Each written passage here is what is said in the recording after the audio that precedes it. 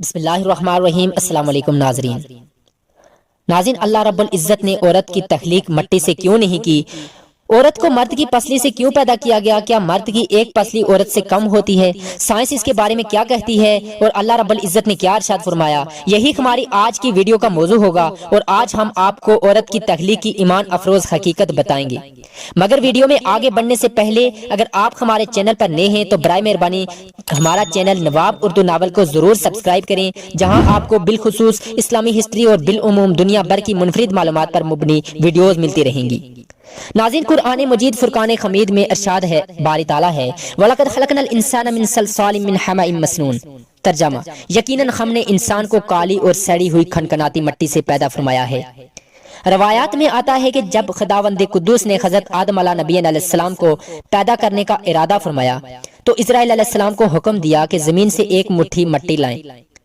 حکم خداوندی کے مطابق اسرائیل علیہ السلام آسمان سے اتر کر زمین سے ایک مٹھی مٹی اٹھائی تو پوری روح زمین کی اوپری پر چھلکے کی مانند اتر کر آپ کی مٹھی میں آ گئی، جس میں 60 رنگوں اور مختلف کیفیتوں والی مٹیاں تھیں، یعنی سفید و سیاہ، سرخ و زرد رنگوں والی، اور نرم و سخت، شیریں و تلخ، نمکین و پھیکی وغیرہ کیفیتوں والی مٹیاں شامل تھیں۔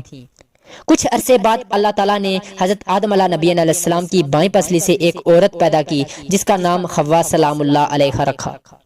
حضرت حوا سلام اللہ علیہا دنیا میں تشریف لانے والی پہلی عورت تھی۔ حضرت ابو ہریرہ رضی اللہ تعالیٰ عنہ نبی کریم صلی اللہ علیہ وسلم کا یہ فرمان نقل فرماتے ہیں کہ جو شخص اللہ رب العزت اور آخرت کے دن پر ایمان رکھتا ہو وہ اپنے پڑوسی کو اذیت نہ پہنچائے، اور خواتین کے بارے میں بھلائی کی وصیت قبول کرو۔ انہیں پسلی سے پیدا کیا گیا، اور پسلی میں سے سب سے ٹیڑھا حصہ سب سے اوپر والا حصہ ہوتا ہے۔ اگر تم اسے سیدھا کرنے کی کوشش کرو گے تو تم اسے توڑ دو گے، اور اگر اس کے حال پر اسے رہنے دو گے تو وہ ٹیڑھی رہے گی۔ لہٰذا خواتین کے بارے میں بھلائی کی وصیت قبول کرو۔ ناظرین، شریعت محمدی صلی اللہ علیہ وآلہ وسلم نے بہت سے معاملات میں عورتوں اور بچوں کا حکم ایک رکھا، جیسے کہ باجماعت نماز کا مسئلہ، جمعہ کا مسئلہ وغیرہ۔ تو شاید اس میں بھی اس بات کی طرف اشارہ ہے کہ عورتوں کے ساتھ بچوں کی طرح نرمی کا رویہ اختیار کرنا چاہیے۔ ناظرین، اسی طرح قرآن مجید فرقان حمید میں اللہ رب العزت نے ارشاد فرمایا، الرجال قوامون علی النساء۔ ترجمہ: یعنی مرد عورتوں پر نگہبان ہیں۔ عورت کی ضروریات، اس کی حفاظت اور دیگر امور میں مرد کو عورت پر تسلط حاصل ہے، اور یہ خود اللہ رب العزت نے فرمایا ہے، گویا کہ عورت رعایا اور مرد بادشاہ ہے۔ اس لیے عورت پر مرد کی اطاعت اللہ رب العزت نے لازم قرار دی ہے۔ اس سے ایک بات واضح ہوتی ہے کہ میاں بیوی کے حقوق ایک جیسے نہیں، بلکہ مرد کے حقوق عورت سے زیادہ ہیں، اور ایسا ہونا عورت کے ساتھ ناانصافی یا ظلم نہیں بلکہ عین انصاف اور حکمت کے تقاضے کے عین مطابق ہے۔ ناظرین، علماء نے اس نقطے پر بحث کی ہے کہ ہر انسان مٹی سے بنا ہے، یا انسان اول حضرت آدم علیہ نبی علیہ السلام مٹی سے بنے ہیں، اور باقی انسانوں کے بارے میں مٹی سے بنا ہوا اس لیے کہا جاتا ہے کہ مٹی سے ہی غذائیں کھا کر نطفہ بنتا ہے جو انسان کی تخلیق کا باعث بنتا ہے۔ اس حوالے سے سورہ طٰہٰ کی آیت ہے، منہا خلقناکم وفیہا نعیدکم ومنہا نخرجکم تارۃ اخری کے تحت بعض مفسرین نے یہ بھی موقف اختیار کیا ہے کہ انسان کو اللہ رب العزت نے مٹی سے پیدا کیا۔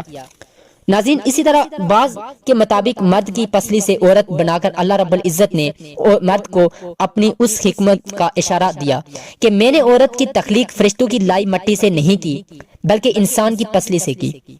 میں نے اسے تمہارے جسم کے حصے سے اس لیے نکالا کہ عورت کا تقدس اور پردہ قائم رہے۔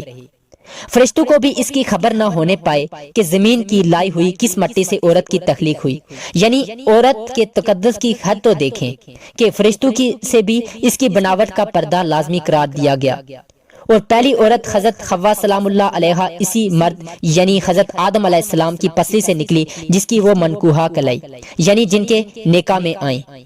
اب اس بات آتی ہے پسلی کی کہ عورت پسلی سے ہی کیوں نکلی؟ کیا ٹیڑھا پن وہاں سے ملا؟ نہیں، یہاں بھی حکمت سے خالی بات نہیں۔ انسانی جسم میں دل اور بہت سے نازک پارٹس پسلی کے پیچھے چھپے ہوئے ہیں۔ پسلی سے بھی پیدا کرنا اللہ رب العزت کے ہاں ایک حکمت تھی، یعنی عورت ایک ڈھال ہے۔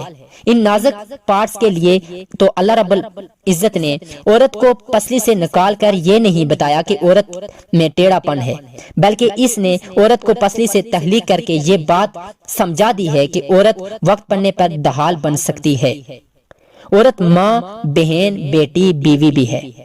کسی کی عزت کو مت اچھالیں، جتنا ہو سکے اس کے ساتھ مثبت پہلو تلاش کریں۔ ناظرین، بعض لوگ یہ کہتے ہیں کہ ہر عورت مرد کی پسلی سے پیدا کی گئی جاتی ہے جس سے اس کا نکاح ہوتا ہے۔ حدیث اور مفسرین کے مطابق ایسی کوئی بات نہیں، اس بات میں حقیقت نہیں۔ یہاں ایک اور بات بھی سامنے آتی ہے کہ مرد کی پسلیوں کی تعداد کم ہوتی ہے، اس وجہ سے مرد کی پسلی سے عورت پیدا کی گئی ہے۔ یہ بات بھی غلط ہے۔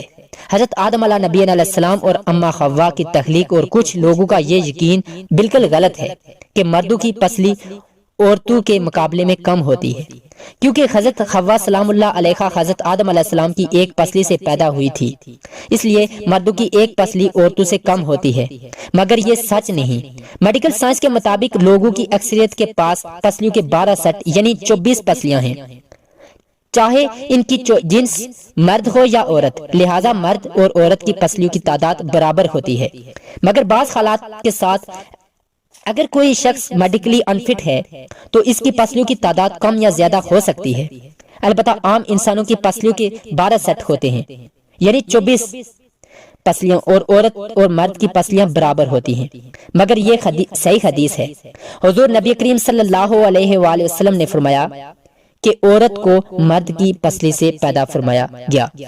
ناظرین، اسی امید کے ساتھ اجازت دیجیے کہ آپ کو ہماری ویڈیو پسند آئی ہوگی۔ ملتے ہیں بہت جلد ایک نئی ویڈیو کے ساتھ۔ دیکھتے رہیے نواب اردو ناول۔ اللہ رب العزت آپ کا حامی و ناصر ہو، آمین۔